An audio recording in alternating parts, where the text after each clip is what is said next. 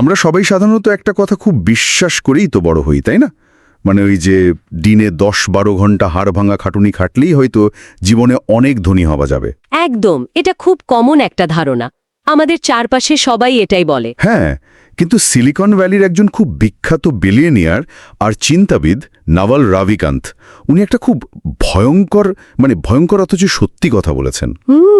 কোন কথাটা? উনি বলছেন, মানুষ যদি ঘুমানোর সময় টাকা আয় করার কোনো উপায় বের করতে না পারে, তবে তাকে একেবারে মৃত্যুর আগের দিন পর্যন্ত কাজ করে যেতে হবে।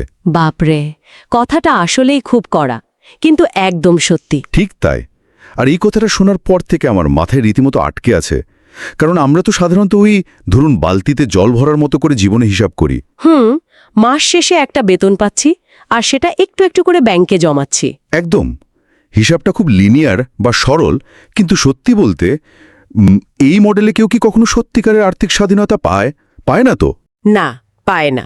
আসলে এই লিনিয়ার বা সরল রৈখিক হিসাবটা আমাদের একটা মিথ্যা মানসিক স্বস্তি দেয়। আমরা চোখের সামনে শুধু ওই মাস শেষে আসা চেকটাকেই চূড়ান্ত সত্য বলে ধরে নিই।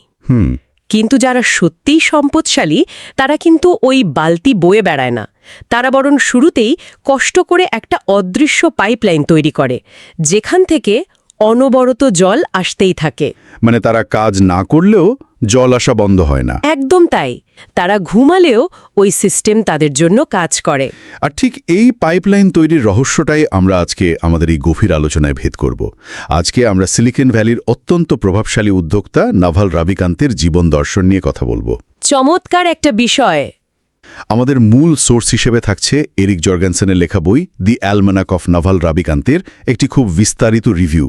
তবে আমাদের আজকের লক্ষ্য কিন্তু শুধু রাতারাতি ব্যাংক ব্যালেন্স বাড়ানোর টিপস দেওয়া নয়। হ্যাঁ, সেটা তো আসলে সম্ভব না। ঠিক, বরং সত্যিকারের সম্পদ বা ওয়েলথ কিভাবে তৈরি হয়, আর ধনী হওয়া যে নিচ্ছ পকেটে টাকা থাকা নয়, বরং একটা সম্পূর্ণ ভিন্ন চিন্তাধারা বা মাইন্ডসেট, সেটাই আজ আমরা ডিকোড করার চেষ্টা করব। এটা বর্তমান সমাজে খুব জরুরি একটা আলোচনা। কারণ সবাই আর্থিকভাবে সফল হতে চায়, কিন্তু খুব কম মানুষই আসলে বোঝে যে তারা ঠিক কিসের পেছনে ছুটছে। এক্স্যাক্টলি।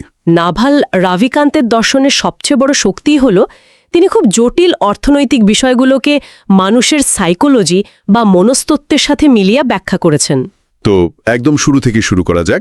রিভিউটা পড়তে গিয়ে প্রথমেই যে বিষয়টা আমাকে খুব ধাক্কা দিয়েছে, সেটা হলো টাকা মানে মানি আর সম্পদ মানে ওয়েলথ, এই দুটোর মধ্যেকার পার্থক্য।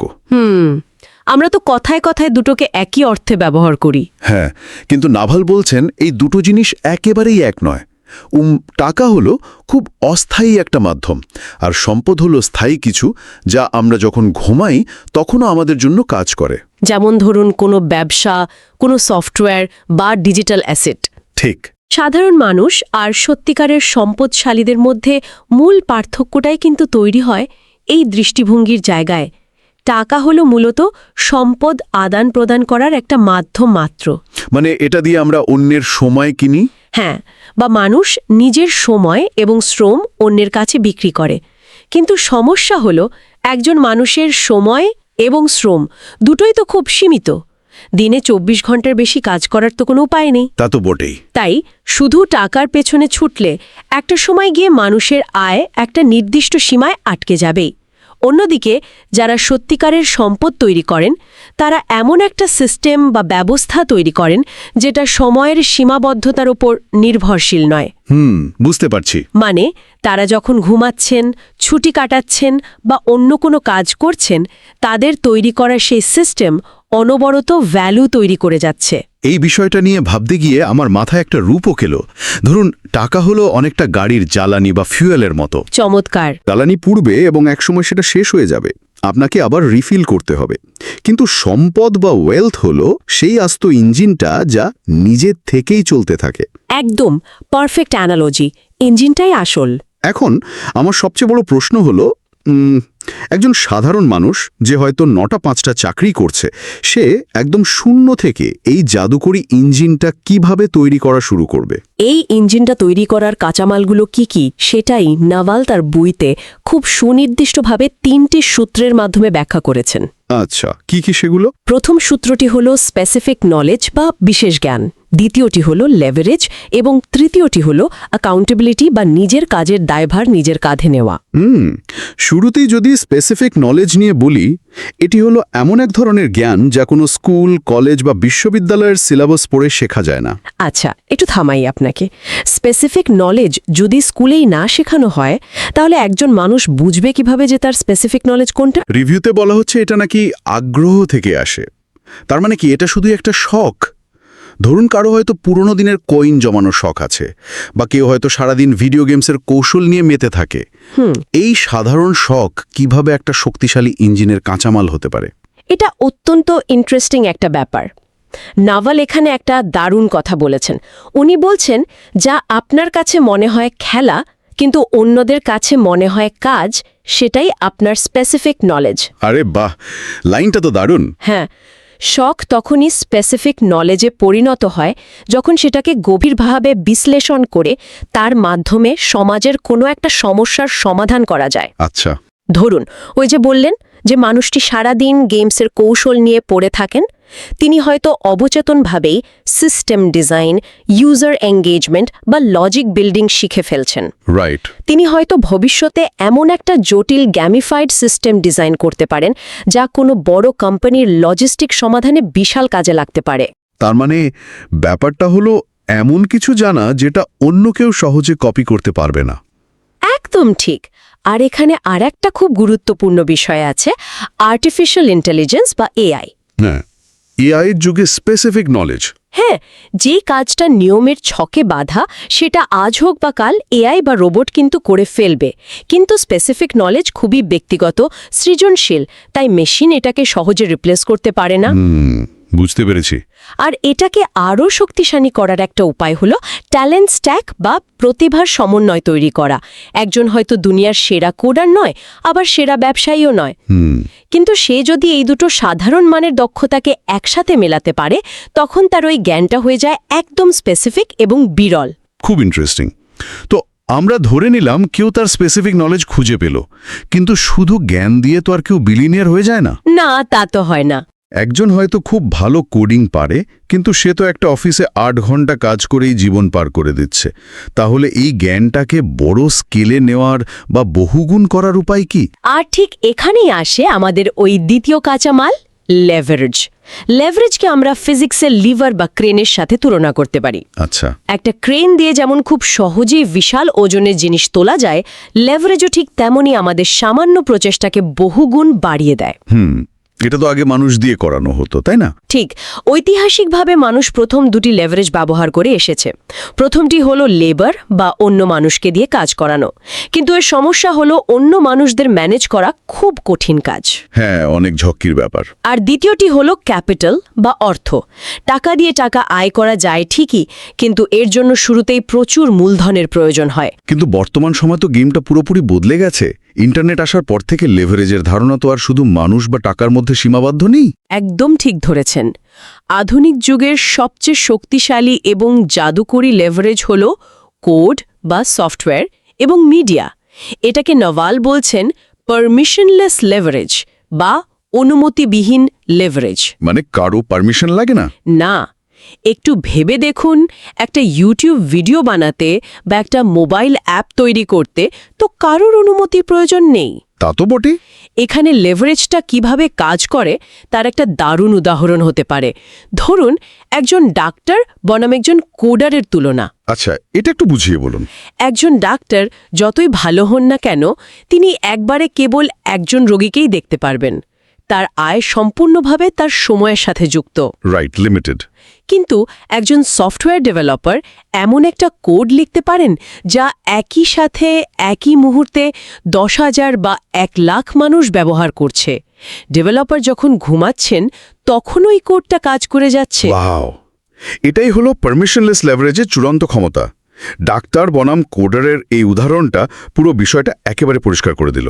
হ্যাঁ, কিন্তু এই লেভারেজ আর স্পেসিফিক নলেজ থাকার পরও তো অনেকেই সফল হয় না। এর কারণ কি ওই তৃতীয় পয়েন্টটা, অ্যাকাউন্টেবিলিটি? একদম তাই। অ্যাকাউন্টেবিলিটি মানে হলো নিজের নামে ঝুঁকি নেওয়া এবং কাজের দায়ভার গ্রহণ করা। মানে নিজের ফেস ভ্যালু তৈরি করা? হ্যাঁ, মানুষ সাধারণত কর্পোরেট কাঠামোর আড়ালে বা একটা নিরাপদ টাইটেলের পেছনে লুকিয়ে থাকতে ভালোবাসে, কিন্তু যখন কেউ নিজের নামে কোনো কিছু তৈরি করে, নিজের নামটা সবার সামনে নিয়ে আসে, তখন সে একটা বড় ঝুঁকি নেয়। ব্যর্থ হলে তো সব দোষ তার। ঠিক, যদি কাজটা ব্যর্থ হয় সেই দায়ভার সম্পূর্ণ তার, কিন্তু যদি সফল হয় তবে পুরো পুরস্কারটাও তার কাছেই আসে। কিন্তু মানুষ এই ঝুঁকি নিতে এত ভয় পায় কেন? এর কারণটা লুকিয়ে আছে আমাদের বিবর্তনের ইতিহাসে। আচ্ছা। আদিম যুগে মানুষ যখন গুহায় বাস করত, তখন দলছুট হওয়া বা দলের সামনে কোনো কাজে ব্যর্থ হওয়ার মানেই ছিল মৃত্যু। আমাদের মস্তিষ্ক এখনও ওই আদিম যুগের সফটওয়্যারেই চলছে। আমরা এখনো গুহা মানুষ।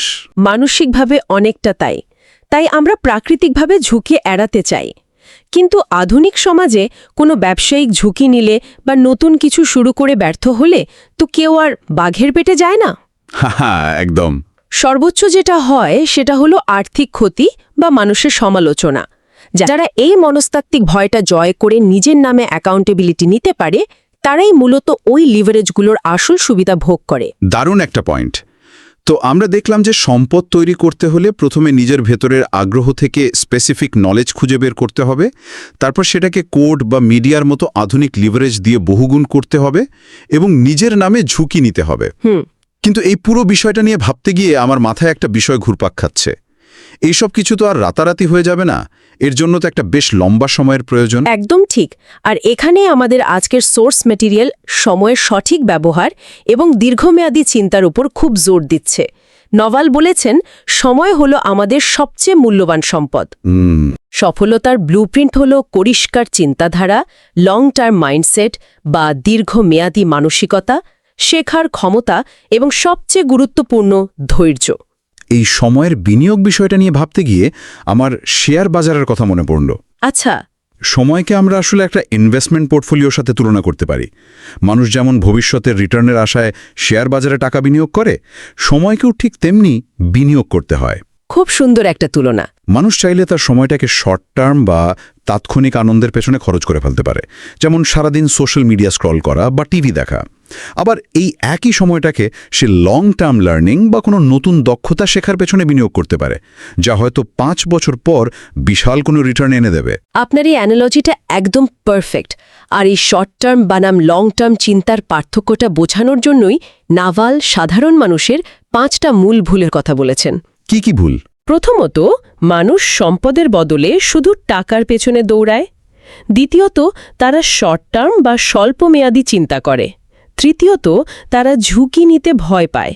চতুর্থত, তারা নিজের যুক্তির বদলে অন্যের মতামত বা সামাজিক ট্রেন্ড অনুযায়ী চলে। এবং পঞ্চমত, তারা তাদের সবচেয়ে মূল্যবান সম্পদ, ওই যে বললেন সময়, সেই সময়টা নষ্ট করে। আচ্ছা, একটু থামি এখানে। এই যে 5টা ভুলের কথা বললেন, একটু গভীরভাবে খেয়াল করলে দেখা যায় এই সবগুলোর পেছনে একটা কমন সাইকোলজি বা মনস্তত্ত্ব কাজ করছে। কোনটা? ওই যে ইনস্ট্যান্ট গ্র্যাটিফিকেশন বা তাৎক্ষণিক তৃপ্তি খোঁজার প্রবণতা। একদম সঠিক জায়গাটা ধরেছেন। মানুষের মস্তিষ্ক প্রাকৃতিকভাবেই এমনভাবে তৈরি যে সে ভবিষ্যতের বড় কোনো লাভের চেয়ে বর্তমানের ছোট লাভকে বেশি গুরুত্ব দেয়। হ্যাঁ, এখনই মজা চাই। ঠিক। আজকে জিমে গিয়ে 1 বছর পর 6 প্যাক পাওয়ার চেয়ে এখনই সোফায় শুয়ে একটা বার্গার খাওয়া মস্তিষ্কের কাছে বেশি আকর্ষণীয় মনে হয়। একদম তাই। যারা এই মনস্তাত্ত্বিক ফাঁদ থেকে বেরিয়ে এসে সময়কে দীর্ঘমেয়াদে মূল্যায়ন করতে পারে, মূলত তারাই জীবনে দ্রুত এগিয়ে যায়। তারা বোঝে যে সত্যিকারের বড় জিনিসগুলো কম্পাউন্ড ইন্টারেস্ট বা চক্রবৃদ্ধি হারে বাড়ে। এই চক্রবৃদ্ধি হার বা কম্পাউন্ডিংয়ের ব্যাপারটা কিন্তু শুধু টাকার ক্ষেত্রে নয়, তাই না? একেবারেই না। কম্পাউন্ডিং জীবনের সব ক্ষেত্রে কাজ করে। দীর্ঘমেয়াদী সম্পর্ক, মানুষের বিশ্বাসযোগ্যতা, নিজের অর্জিত জ্ঞান সবই সময়ের সাথে সাথে চক্রবৃদ্ধি হারে বাড়ে। কেউ যখন একটানা 10 বছর কোনো নির্দিষ্ট বিষয়ে কাজ করে, 10ম বছরে গিয়ে সে যে ফলাফল পায় তা প্রথম 9 বছরের সম্মিলিত ফলাফলের চেয়েও বহুগুণ বেশি হয়। এটাই হলো লং টার্ম মাইন্ডসেটের আসল জাদু। অসাধারণ। আচ্ছা, এতক্ষণ তো আমরা কিভাবে ওই সম্পদের ইঞ্জিন বানাতে হয়, লেভারেজ ব্যবহার করতে হয়, দীর্ঘমেয়াদী চিন্তা করতে হয়, এগুলো নিয়ে অনেক কথা বললাম। হ্যাঁ। কিন্তু এর পর কি? মানে আমরা সম্পদ তৈরি করলাম, স্বাধীনতা পেলাম, দিন শেষে চূড়ান্ত লক্ষ্যটা আসলে কি? রিভিউয়ার শেষের দিকের অংশটা আমাকে রীতিমতো অবাক করেছে। কেন? এরকম একটা বই যেটা মূলত সম্পদ বা ওয়েলথ ক্রিয়েশন নিয়ে লেখা, সেটা হঠাৎ করেই সুখ বা হ্যাপিনেসের বিজ্ঞান নিয়ে খুব গভীর আলোচনা শুরু করেছে। এটা খুব ইন্টারেস্টিং একটা শিফট। সেখানে বলা হচ্ছে সুখ কোনো ভাগ্যের ব্যাপার নয়, বরং এটি একটি দক্ষতা যা শেখা যায়। মানে happiness is a skill you can learn. এই পয়েন্টটা সত্যি এই বইয়ের সবচেয়ে যুগান্তকারী অংশ। সাধারণত আমাদের সমাজে একটা ধারণা প্রচলিত আছে যে সুখ হলো এমন একটা জিনিস যা বাইরে থেকে আসে। হ্যাঁ, ওই যে গাড়ি বাড়ি থাকলে সুখ আসবে। একদম। একটা নির্দিষ্ট পরিমাণ টাকা হলে বা সমাজে একটা স্ট্যাটাস তৈরি হলে বুঝি মানুষ সুখী হবে। কিন্তু নাভাল পুরো ধারণাটাকে উল্টে দিয়েছেন। তিনি বলছেন সুখ হলো সম্পূর্ণ ভেতরের একটা অবস্থা। আচ্ছা। এটা আসে কম চাওয়া থেকে, নিজের ভেতরের মানসিক শান্তি থেকে। যখন মানুষ বুঝতে পারে যে এই মুহূর্তে তার আর কিছুই পাওয়ার নেই, তার কোনো অভাব নেই, তখন যে শূন্যতা আর শান্তির সৃষ্টি হয়, সেটাই হলো আসল সুখ। কিন্তু এখানেই আমার মনে একটা বিশাল দ্বন্দ্ব বা প্যারাডক্স তৈরি হচ্ছে। কি রকম? একটু ভেবে দেখুন, পুরো আলোচনা জুড়ে আমরা বলছি যে সম্পদ তৈরির জন্য দরকার তীব্র আকাঙ্ক্ষা, নতুন কিছু শেখার তাগিদ, লেভারেজ তৈরি করার জন্য পাগলপ্রায় অবস্থা এবং নিজের নামে বড় বড় ঝুঁকি নেওয়ার সাহস। আবার ঠিক পরক্ষণেই সুখের সূত্র হিসেবে বলা হচ্ছে কম চাওয়ার কথা, নিজের সাথে শান্তিতে থাকার কথা। এই তীব্র আকাঙ্ক্ষা এবং গভীর তৃপ্তির মধ্যে মানুষ কিভাবে ব্যালেন্স তৈরি করবে? এগুলো কি একে অপরের সাথে পুরোপুরি সাংঘর্ষিক নয়? চমৎকার। এই প্রশ্নটা যে কারো মনে আসবে। বাইরে থেকে দেখলে এটাকে সাংঘর্ষিক মনে হওয়াই স্বাভাবিক, কিন্তু একটু তলিয়ে দেখলে বোঝা যায় এখানে আসলে কোনো দ্বন্দ্ব নেই, বরং একটা পর্যায়ক্রমিক বা সিকোয়েন্সিয়াল প্রক্রিয়া আছে। মানে একটার পর একটা। হ্যাঁ, নাভাল আকাঙ্ক্ষাকে দেখেন একটা চুক্তি হিসেবে। তার খুব বিখ্যাত একটা কোট আছে, আকাঙ্ক্ষা হলো নিজের সাথে করা একটা চুক্তি যে যতক্ষণ না আমি ওই জিনিসটা পাচ্ছি ততক্ষণ আমি অসুখী থাকব। বাপরে, তার মানে আকাঙ্ক্ষা হলো মূলত অসুখী হওয়ার একটা লাইসেন্স। ও মনোযোগ এবং আকাঙ্ক্ষাকে শুধুমাত্র একটা নির্দিষ্ট লক্ষ্যে স্থির করা। যেমন ধরুন, প্রথম লক্ষ্যটা হলো ওই সম্পদের ইঞ্জিন বা প্যাসিভ ইনকাম তৈরি করা। একজন মানুষ তার জীবনের একটা নির্দিষ্ট সময় পুরোপুরি ফোকাসড হয়ে তীব্র আকাঙ্ক্ষা নিয়ে ওই সিস্টেমটা দাঁড় করালো। রাইট। যখন সেই সিস্টেম বা লেভারেজ তার জন্য কাজ করা শুরু করল, তখন তার আর দৈনন্দিন খরচের জন্য কাজ করার প্রয়োজন হল না। সে তার স্বাধীনতা ফিরে পেল। আর ঠিক সেই মুহূর্ত থেকে তাকে এই দ্বিতীয় দক্ষতাটার চর্চা শুরু করতে হবে, সুখের চর্চা। অর্থাৎ প্রথমে পরিশ্রম করে আকাঙ্ক্ষাকে কাজে লাগিয়ে সময় এবং আর্থিক স্বাধীনতা কিনে নেওয়া, আর তারপর সেই স্বাধীনতায় বসে নিজের মনকে শান্ত করা শেখা। একদম তাই। নাভাল খুব সুন্দরভাবে বলেছেন, শান্তি হল স্থির অবস্থায় থাকা সুখ, আর সুখ হল গতিশীল অবস্থায় থাকা শান্তি। খুব গভীর কথা। সুখ অনেকটা জিমে গিয়ে পেশি তৈরি করার মতো একটা দক্ষতা। এটা প্রতিদিন চর্চা করতে হয়, চারপাশের অপ্রয়োজনীয় চাওয়াগুলোকে ছাঁটাই করতে হয়, বর্তমান মুহূর্তে বাঁচতে শিখতে হয়। সত্যিকারের সম্পদশালী সেই ব্যক্তি নয় যার ব্যাংক অ্যাকাউন্টে অনেক টাকা আছে, বরং সত্যিকারের সম্পদশালী সে যার নিজস্ব সময় আছে এবং সেই সময় বসে সে কোনো কারণ ছাড়াই নিজের মনের ভেতর শান্তিতে থাকতে পারে। অসাধারণ একটা কনসেপ্ট। আমরা আমাদের আজকের এই গভীর আলোচনার একদম শেষ পর্যায়ে চলে এসেছি। পুরো আলোচনাটা থেকে যদি আমরা মূল নির্যাসটা টেনে আনি, তাহলে বিষয়টা দাঁড়াচ্ছে এরকম: সত্যিকারের সম্পদ শুধু কিছু কাগজের নোট নয়, এটা একটা সিস্টেম, একটা মাইন্ডসেট। একদম। এটা তৈরি হয় স্পেসিফিক নলেজ দিয়ে, যা মানুষের কৌতূহল থেকে জন্ম নেয়। তারপর সেই জ্ঞানকে যখন কোড বা মিডিয়ার মতো আধুনিক লেভারেজ দিয়ে বহুগুণ বাড়িয়ে তোলা হয় এবং নিজের নামে সেটার দায়িত্ব নেওয়া হয়, তখনই সেই জাদুকরী সম্পদের ইঞ্জিন চালু হয়। এই শিক্ষাগুলো কাজে লাগিয়ে যে কেউ নিজের জন্য প্যাসিভ ইনকামের ব্যবস্থা করতে পারে। তবে দিন শেষে সবচেয়ে বড় শিক্ষাটা কিন্তু টাকা উপার্জনের নয়, বরং মানসিক শান্তির। সুখ কোনো গন্তব্য নয়, এটি একটি দক্ষতা যা চর্চা করে শিখতে হয়। আর এই পুরো যাত্রাটাতে সবচেয়ে বড় অনুঘটক হল সময়। যে ব্যক্তি শর্ট টার্ম আনন্দের লোভ সামলে নিজের সময়কে দীর্ঘমেয়াদী জ্ঞান এবং লেভারেজ তৈরির কাজে লাগাতে পারেন, আধুনিক পৃথিবীতে তাকে আটকে রাখার মতো কোনো শক্তি নেই। একদম ঠিক। বিদায় নেওয়ার আগে একটা বিষয় নিয়ে সবাইকে একটু গভীরভাবে ভাবতে বলবো। পুরো আলোচনায় আমরা দেখলাম সত্যিকারের সম্পদ তৈরি করা হলো একটা সুনির্দিষ্ট মাইন্ডসেট, আর সুখ হলো একটা দক্ষতা। এবার একটু আমাদের দৈনন্দিন জীবনের দিকে তাকান তো। আমরা আমাদের জীবনের 15 থেকে 20টা অমূল্য বছর একটা প্রচলিত শিক্ষা ব্যবস্থার পেছনে ব্যয় করি। স্কুল কলেজ আমাদের অনেক জটিল অঙ্ক শেখায়, কিন্তু একটু চিন্তা করে দেখুন যে দুটো জিনিস একটা মানুষের জীবনে সবচেয়ে বেশি প্রয়োজন: স্বাধীনভাবে সম্পদ তৈরির মাইন্ডসেট আর নিজের ভেতর শান্তিতে থাকার দক্ষতা। এই দুটোর কোনোটাই কিন্তু কোনোদিন আমাদের স্কুলে শেখানো হয় না। একেবারেই না। আমরা যেন এই বালতি দিয়ে জল ভরার প্রতিযোগিতাতেই আটকে আছি।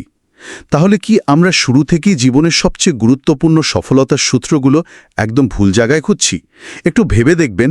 কথা হবে পরবর্তী কোনো গভীর আলোচনায়।